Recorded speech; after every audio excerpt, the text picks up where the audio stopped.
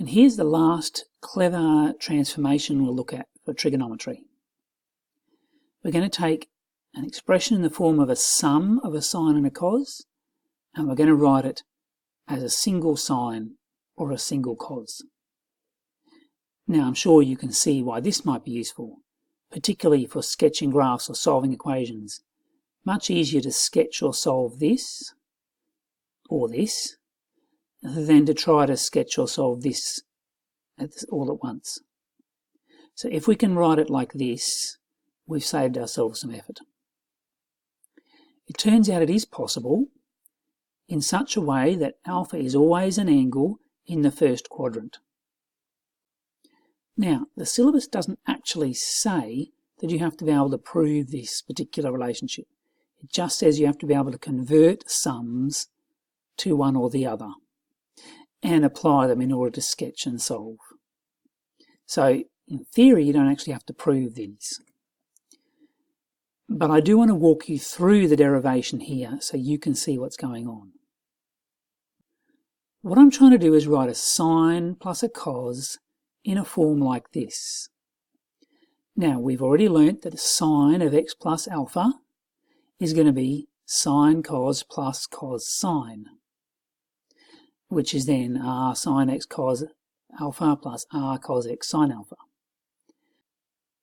But we can then equate coefficients like this. A sine x has to be r sine x cos alpha.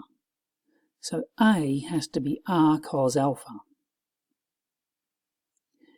And B cos x has to be the same as r cos x sine alpha, which means r sine alpha has to be B. Now, if I've got these two things together, if I square everything and add them, I end up with this. Okay, r squared sine squared and r squared cos squared is equal to a squared plus b squared. Now, why did I do that? Because if I factorise this, I've got 1. Sine squared plus cos squared is 1. So r squared is a squared plus b squared. That's actually just a Pythagorean relationship. Isn't that interesting? Conversely, if I start up here and go number 2 divided by number 1, I'll get sine over cos, which is tan, and I'll get r over r, which will go away. So I'm left with tan alpha is B on A.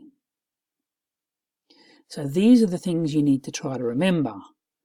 You can translate these. R is Pythagorean relationship with A and B, and alpha is in the first quadrant, where tan alpha is B on A. Now, your textbook suggests that rather than try to remember all these different forms, because they are difficult to remember, your textbook suggests you actually work them out every time from this expansion in order to avoid making silly mistakes. It's up to you. If you want to, you can try to remember sine of plus becomes sine plus cos. Oh, it's actually the other way around, isn't it? You can try to remember sine plus cos is sine of plus, sine minus cos is sine of minus, and then cos plus sine is cos of minus. Pardon me, cos minus sine is cos of plus. Or you can work it out from first principles each time. I will show you some examples of how to do that.